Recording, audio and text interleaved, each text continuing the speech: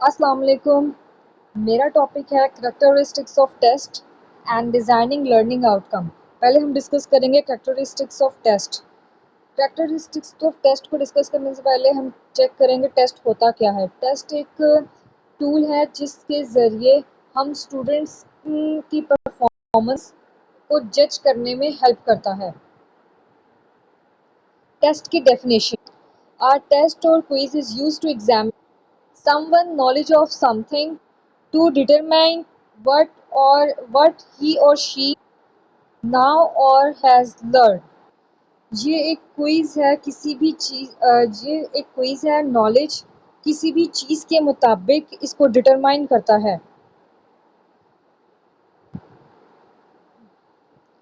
और इससे हम ये पता करते हैं कि उससे कितनी वो चीज़ आती है, कितना उसने लर्न किया। और टेस्ट को एक और तरह भी इंसान डिफाइन कर सकता है कि हमने टेस्ट को कितनी लेवल में नॉलेज को रीच किया है। टेस्ट से हम रिटन भी ले सकते हैं, ओरल भी ले सकते हैं और इंटरव्यू के ज़रिए भी टेस्ट ले सकते हैं। फॉर एग्ज़ाम्पल हम लोग टेस्ट लेते हैं, डेली भी ले सकते हैं, वीकेंड में भी ले सकते हैं, मंथली भी ले सकते हैं। पर टेस्ट में हम लोग कुछ ऑब्जेक्टिव देते हैं, कुछ सब्जेक्टिव देते हैं। ऑब्जेक्टिव में जैसे एमसीक्यूज हो गए, फिल इन द ब्लैंक्स हो गए, ट्रू फॉल्स हो गए, ये सब टेस्ट में आता है। उससे पता चलता है कि बच्चे ने कितना अच्छा सीखा है, कितना अच्छा से लर्न किया है। ये टेस्ट है। अब हम लोग आते हैं characteristics of test. First characteristics of test है फर्स्ट कैरेक्टरिस्टिक्स ऑफ टेस्ट है वैलिडिटी। ये most important characteristics of test है, validity. The first important characteristics of a good test is validity. The test will really measure what it has been designed to measure। आप जिस चीज़ का conduct करना चाह रहे हैं टेस्ट के अंदर वही चीज़ दें। जिस चीज़ की वैल्यूएशन के लिए, जिस चीज़ की असेसमेंट के लिए आपने वो टेस्ट प्रिपेयर किया है कि वो उसी चीज़ या उसी टेस्ट को मेजर करे। फॉर एग्ज़ाम्पल आपका टेस्ट किसी भी सब्जेक्ट का है, आप उसके अंदर किसी और सब्जेक्ट का दे दें तो वो इनवैलिड होगा, तो ये आपका गुड टेस्ट नहीं है। तो वैलिड टेस्ट वही होगा जो तो आप वैलिड टेस्ट के लिए आप वो चीज़ ऐड करेंगे जिसके लिए आप उसकी इवैल्यूएट कर सकें, जिसके लिए आप बच्चों का टेस्ट ले रहे हैं और क्यों कुछ एक्स्ट्रा आप उसके अंदर नहीं डाल सकते। और टेस्ट मस्ट भी वैलिड होना चाहिए, अनवैलिड बिल्कुल भी नहीं होना चाहिए। ये होता है वैलिडिटी। एंड नेक्स्ट है रिलायबिलिटी। रिलायबिलिटी ये होता है कि a good test high should be level reliability. Reliable पर बहुत ज़्यादा फोकस किया गया है क्योंकि रिलायबल ही टेस्ट होना चाहिए, यानी गुड टेस्ट होना चाहिए। रिलायबिलिटी डील करती है कंसिस्टेंटली को। Reliability is synonymous with consistency. It is the degree to test scores for individual test takers or group of test takers are consist of a repeated application. For example, मतलब एक group ने जो test दिया है आज, वही test अगले 3 दिन बाद देगा, फिर उससे अगले दिन वही टेस्ट देगा, यानी उनके स्कोर्स हैं consist. This test is reliable. Reliable is synonyms with consistency.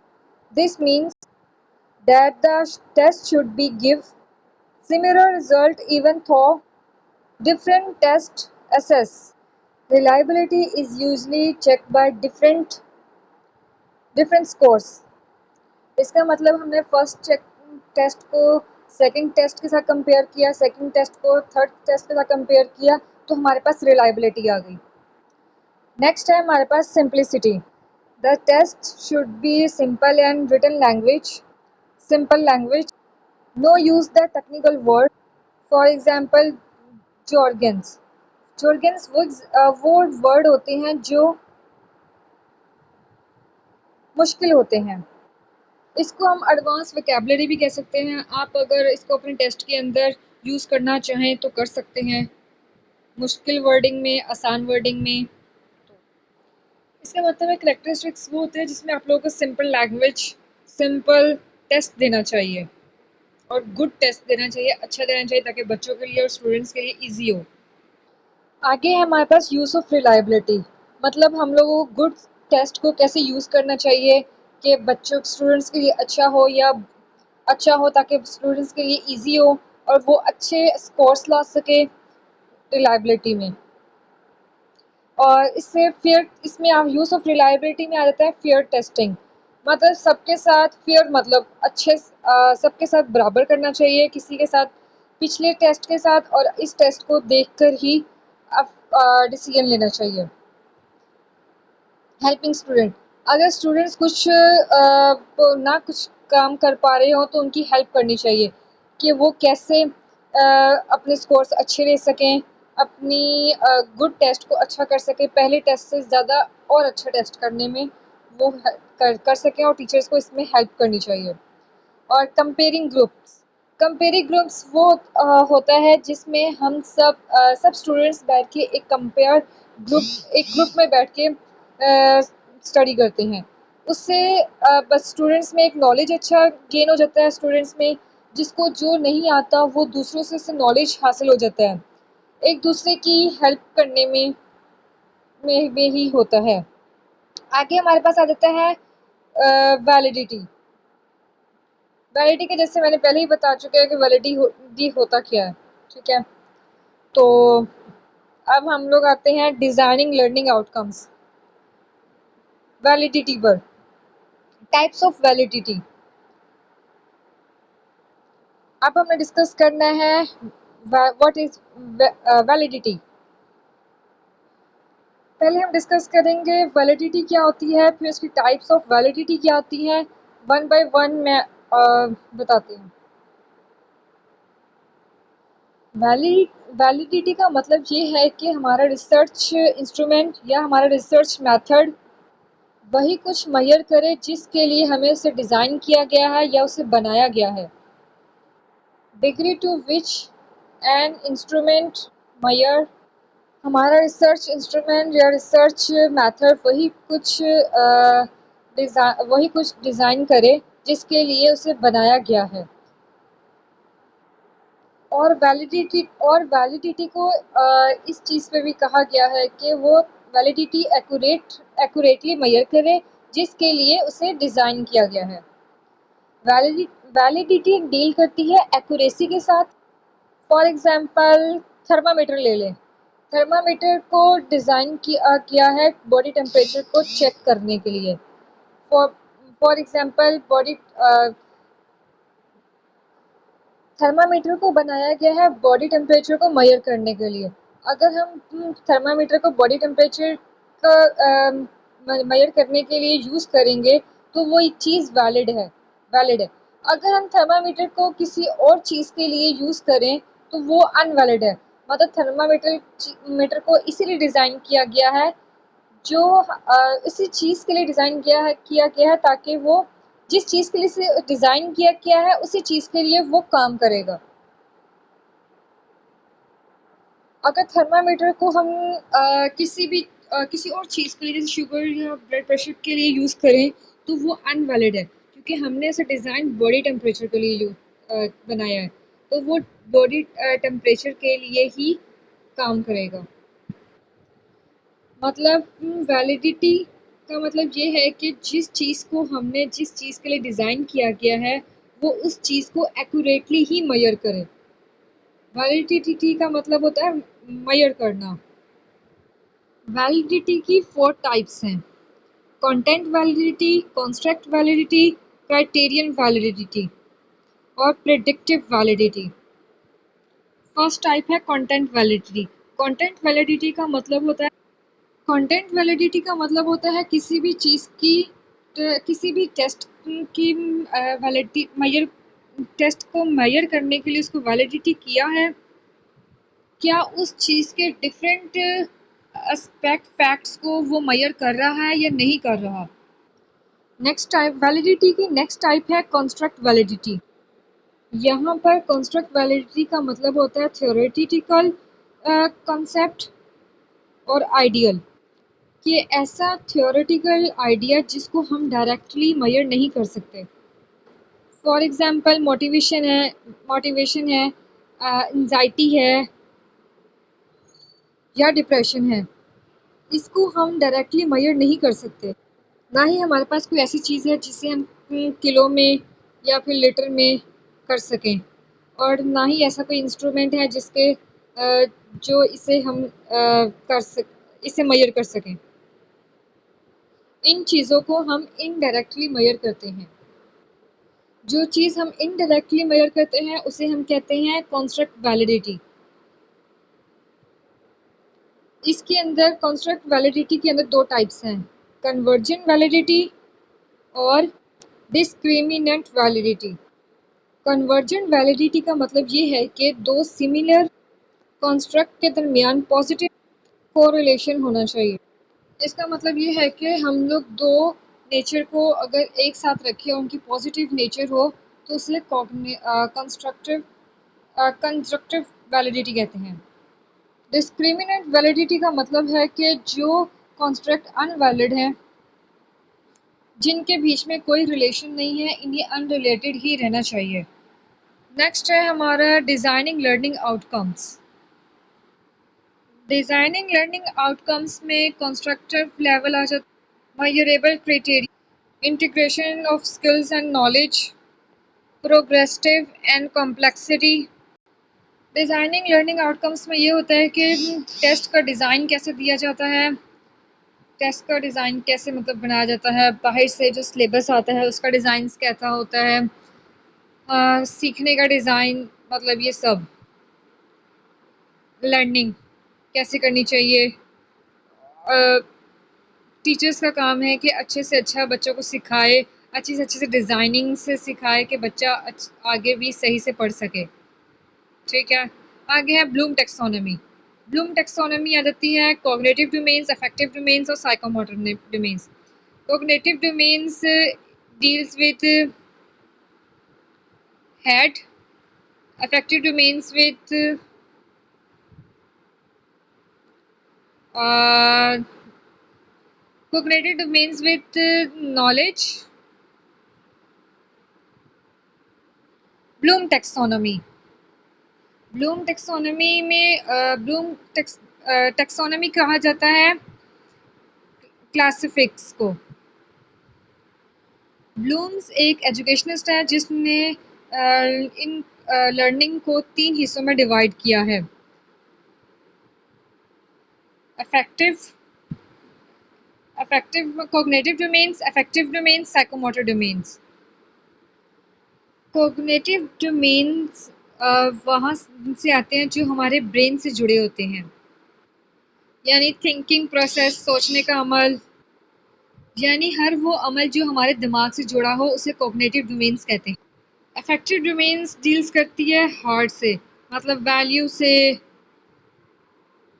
Attitude और फीलिंग्स वगैरह को अफेक्टिव डोमेन्स कहते हैं।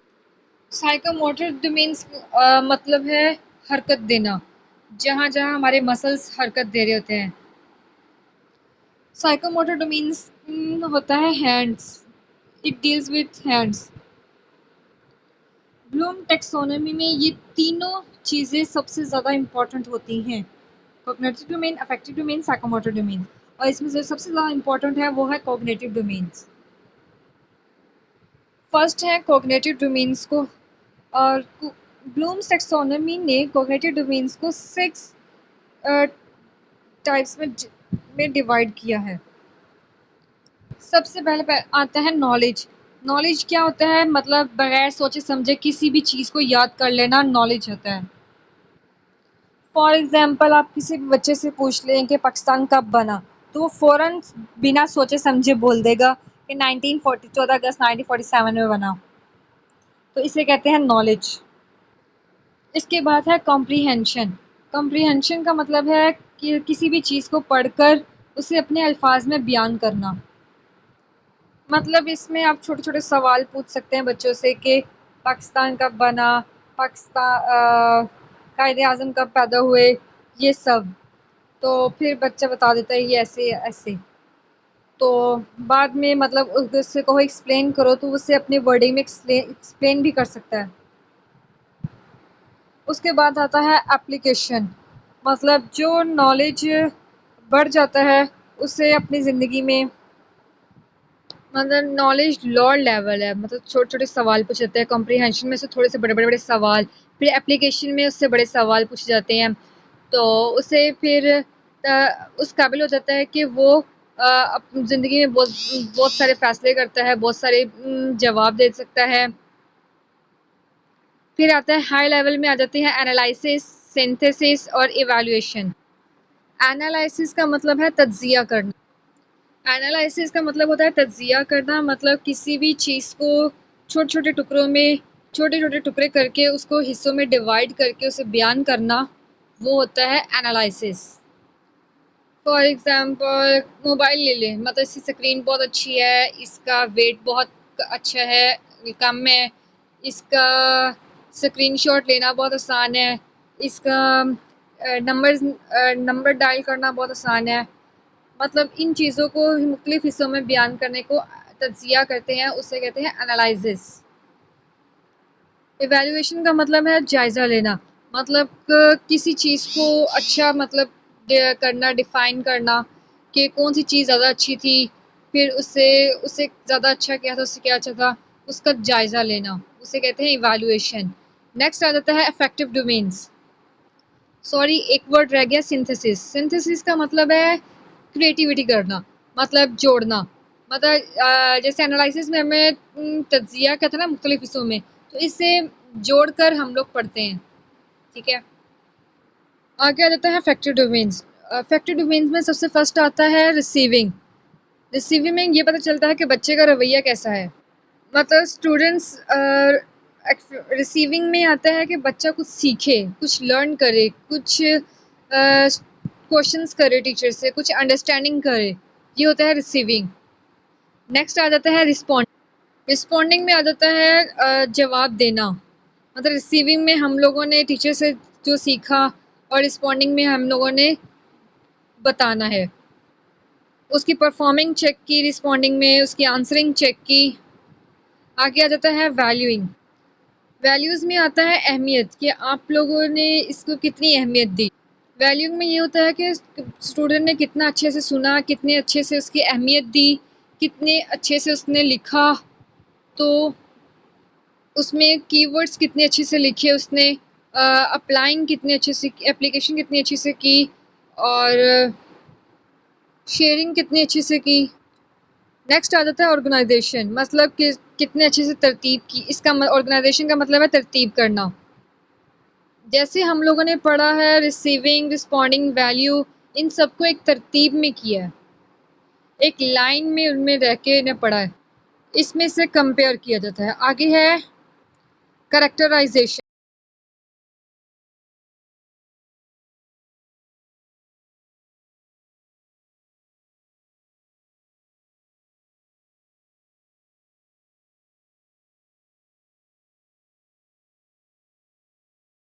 डोमेन,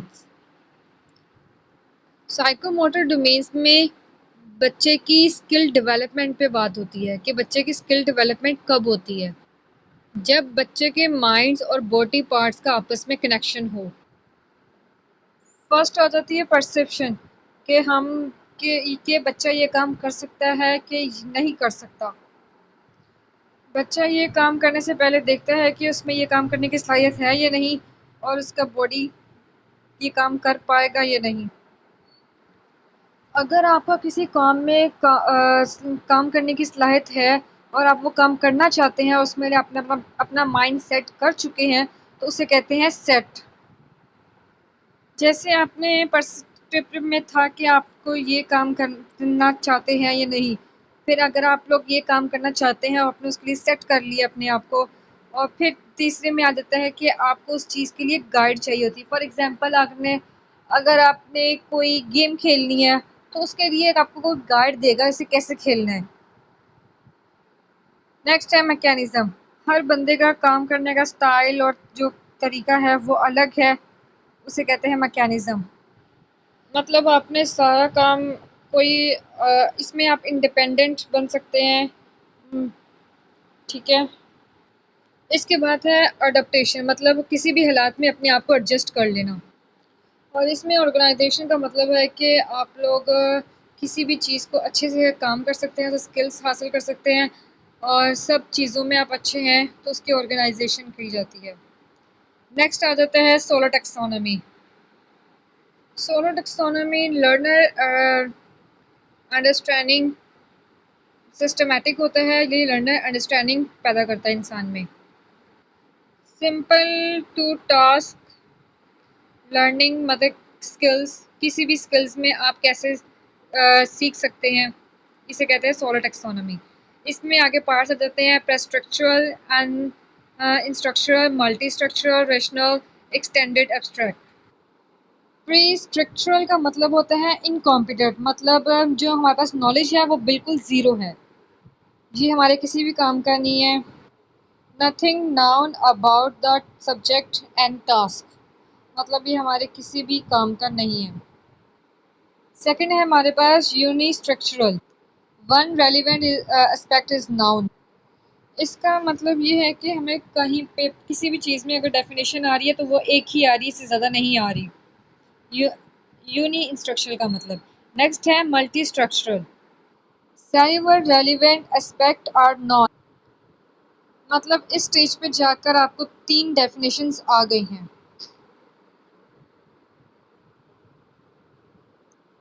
गया। अब आगे मैं आपको एग्जांपल दूंगी एक सिस्टम की, उससे आपको बिल्कुल सही समझ आ जाएगी। तो नहीं फिर क्या है जी, रिलेशनल। अब इसमें क्या होता है, aspect of knowledge are integrated into a structure.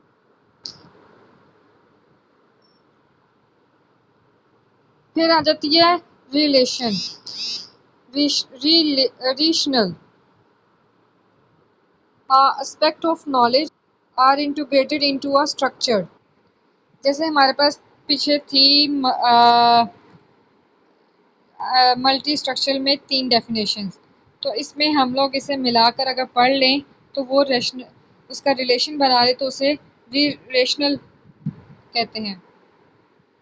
आगे है extended abstract, knowledge is generalise is into अ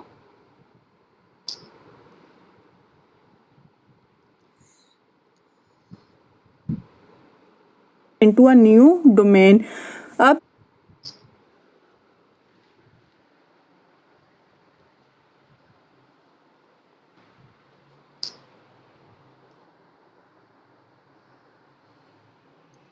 अब जो आपके पास डेफिनेशंस हैं जिन्हें आपने रिलेट किया हुआ है, अब आप उन्हें नेक्स्ट लेवल पर लेके जा सकते हैं। उन्हें जनरल कुछ भी नहीं पता, मुझे हेल्प की चाहिए इंस्ट्रक्शन, मतलब बिल्कुल कोई एक चीज़ आपको पता है जिसको आप देख के आइडेंटिफाई कर सकते हो, एक ही बात आपको पता है।